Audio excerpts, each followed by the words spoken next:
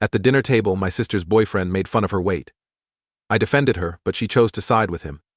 Weeks later, we discovered the extent of his maltreatment when he ended up in the hospital. Now, at 29 years old, I'm completely at a loss about what to do with my younger sister, Emily, who is 24, and her boyfriend, Reggie, who is 26. The situation has grown increasingly stressful and unbearable, and it feels like I'm watching a slow-motion train wreck. Emily and I grew up in Millbrook, a small town of fewer than 5,000 people. Our parents, Jim and Linda, owned the local hardware store, which had been in our family for 3 generations. Life was simple, but it was good. Emily and I shared a room, and we were as close as sisters could be. I was the studious one, always with my nose in a book, while Emily was the free spirit, always finding new adventures for us.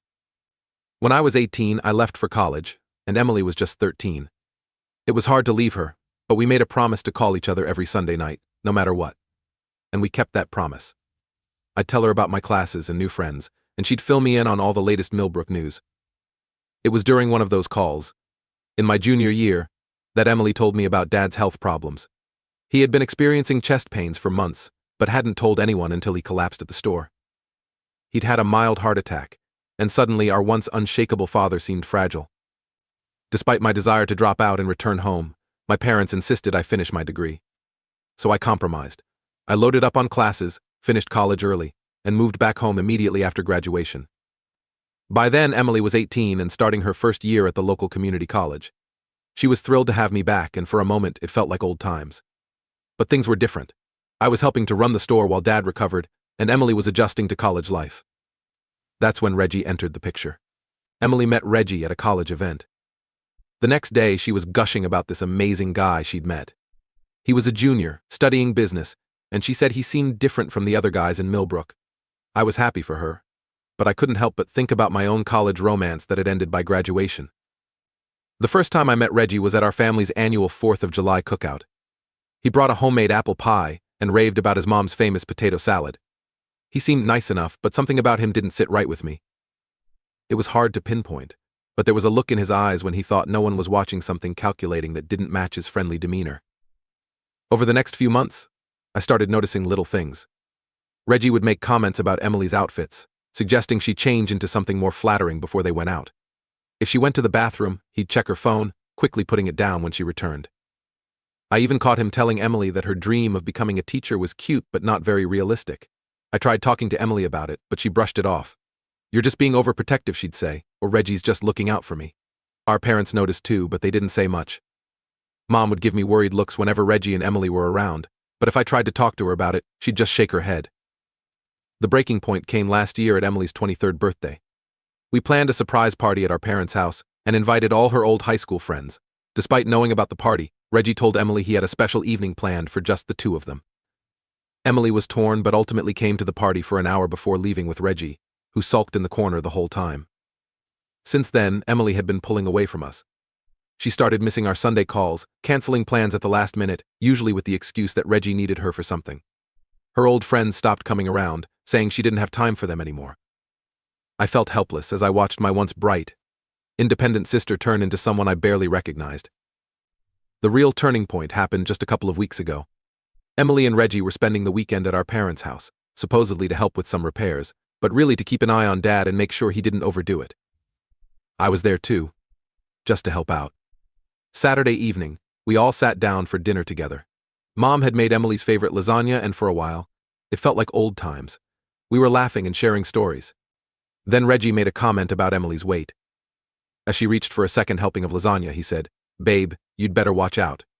You know how quickly you gain weight." Emily tried to laugh it off, but I could see the hurt in her eyes. Mom tried to change the subject by asking Reggie about his job search, which had been ongoing for over a year since he graduated. But Reggie didn't stop.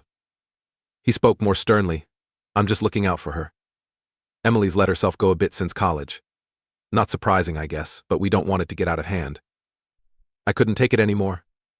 "Knock it off, Reggie," I snapped, sharper than I intended. "Emily looks great. And even if she didn't, it's none of your business." Reggie's face darkened. "Mind your own business," he shot back. "This is between me and my girlfriend." Emily jumped in, trying to defend him. "He's just concerned about my health," she murmured, but her voice was small and uncertain. "You're ruining the evening," sis, Reggie added, escalating the tension. What started as a quiet dinner turned into a full-blown argument. Dad tried to mediate, but his face was red with stress, which only fueled my anger at Reggie.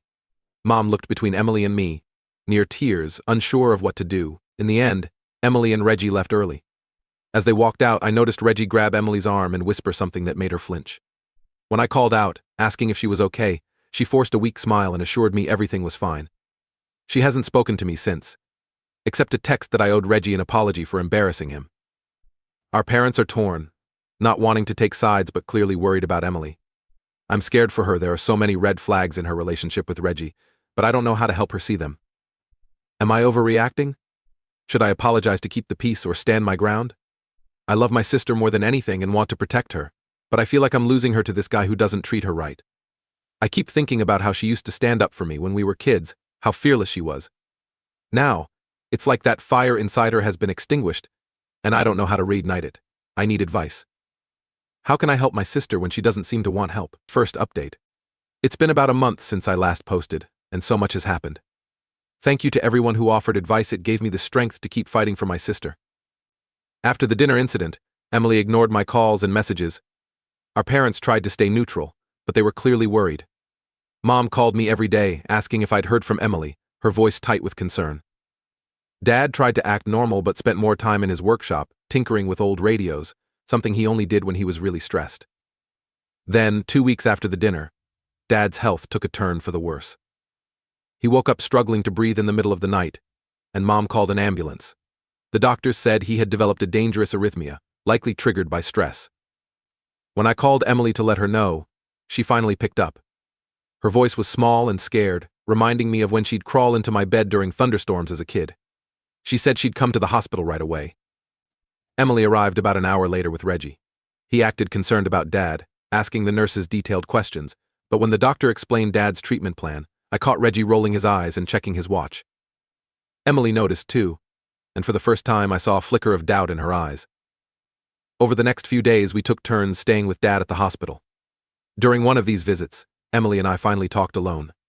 Reggie had gone to get coffee, and Emily turned to me with tears in her eyes. "I'm sorry," she whispered. "I should have listened to you."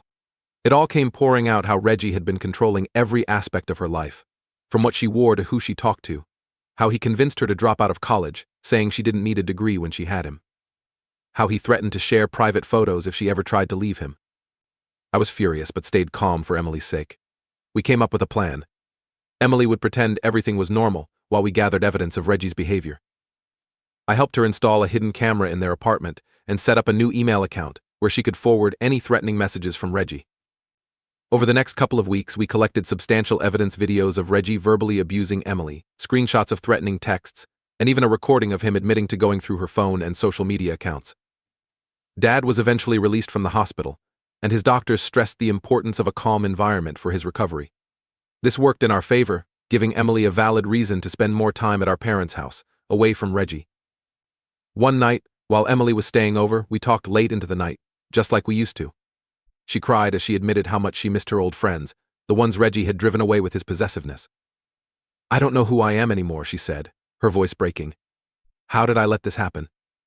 I held her as she cried and promised we'd figure it out together. With all the evidence we'd collected, Emily finally felt ready to end things with Reggie. We went to the police and filed a report.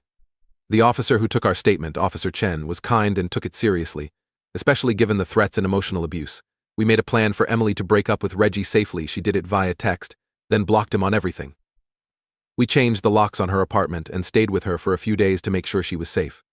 Reggie didn't take it well. He showed up at Emily's workplace, causing a scene, but her boss called the police, and Reggie was arrested for harassment. Emily got a restraining order against him. It's been a tough few weeks, but Emily is doing better. She's in counseling now, working through the trauma. Our parents have been incredibly supportive. Mom cooks all of Emily's favorite meals, and Dad teaches her small repairs around the house. Emily is staying with our parents for now, focusing on healing and rebuilding her confidence. She's talking about going back to college to finish her teaching degree, and I can see that old spark returning to her eyes. To those in similar situations, please don't give up. It took time, but Emily finally saw the truth about her relationship. I'm just grateful I was there to support her through it all. Thank you for your advice and support. It really helped me navigate this difficult situation. We still have a long road ahead, but for the first time in a long time, I feel hopeful about Emily's future. Second update. It's been about 3 months since my last update, and I wanted to share some new developments. Emily has been making great progress in her recovery. She's still living with our parents but has started looking for her own place. The counseling sessions have been really helpful, and I can see glimpses of her old confident self returning. Last week, she even dyed her hair purple, something she'd always wanted to do, but Reggie had never allowed. Unfortunately, we've had some issues with Reggie.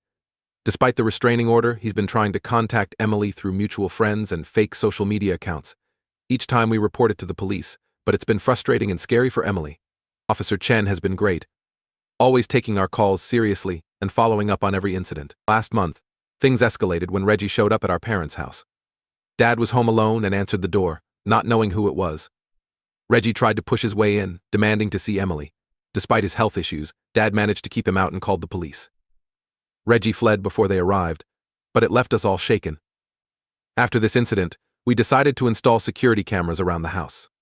Emily was hesitant at first, feeling like she was putting our family in danger, but we assured her that we're in this together. Dad made it a project, researching the best systems and installing everything himself, with my help, of course.